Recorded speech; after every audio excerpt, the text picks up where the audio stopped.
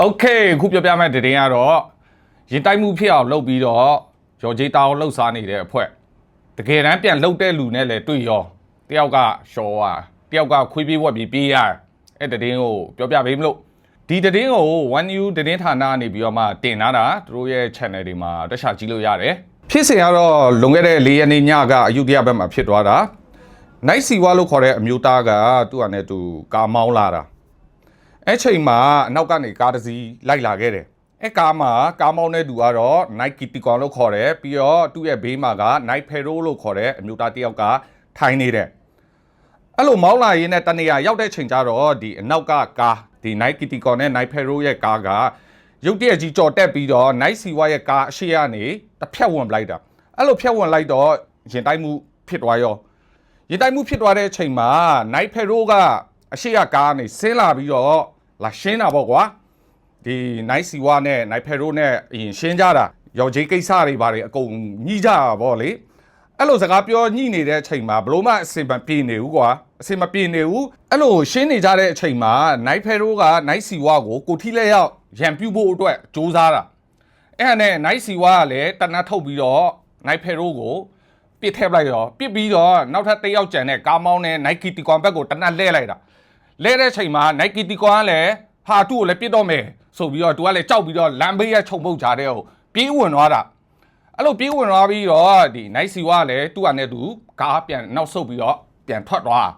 ပြီးတော့မှဒီ Nike Ticon ကသူတငယ်ချင်းမော့လေဒီ Nike Pero အဲ့ကောင်ကိုခေါ်ပြီးဆေးရုံကိုတောင်းသွားဒါပေမဲ့လည်းဆေးရုံရောက်တဲ့ချိန်ကျတော့အတက်မမီတော့ဘူးအတက်ဆုံးရှုံးသွားတယ်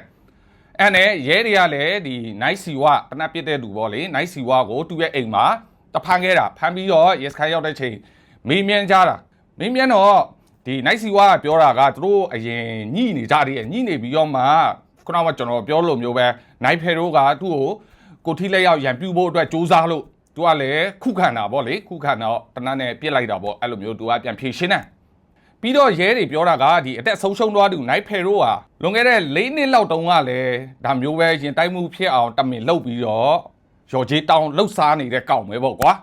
အခုကျတော့တကယ်တမ်းပြန်လှုပ်တဲ့လူနဲ့လည်းတွေ့ရောတခါလေရှော်ရောအော်ပြီးကြတော့ဒီ Nike Ticon နဲ့ Nike Pero အသက်ဆုံးရှုံးသွားတဲ့ကောင်ဒီကောင်တွေကလေ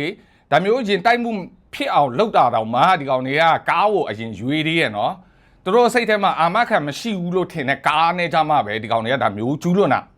အာမခံရှိတဲ့ကားဆိုရင်နောက်ဆက်တွဲအာမခံတွေကလိုက်လာပြီးသွားလို့ရှိရင်ဒီကောင်တွေလှုပ်ရှားနေတာကိုပေါ်သွားမှာဆိုလို့ကွာ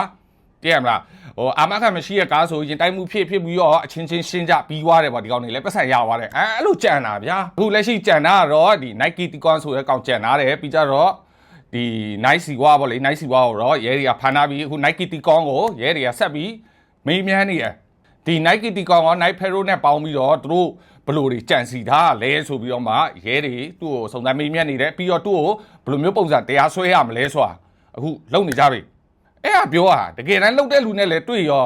ခွေးပြေးဝက်ပြီးပြေးတယောက်ကလည်းရှော့ Nike Siwa ကတော့သူ့ကနေသူခုခံတာဒီကောင်ရဲစခန်းမှာရဲတွေခေါ်လာတဲ့အချိန်တော့လက်ထိတ်တောင်မခတ်ဘူးအဲ့လိုတကယ်လှုပ်တဲ့လူနဲ့တွေ့ရမှာဒါမျိုးကောင်းနေရလေကျွန်တော်တို့မြန်မာနိုင်ငံလူတွေလည်းအခုထိုင်းမှာအများကြီးရောက်လာပြီးကားတွေပါဝယ်တယ်ဆိုတော့နည်းနည်းတတိထိုင်းမောင်းကြနော်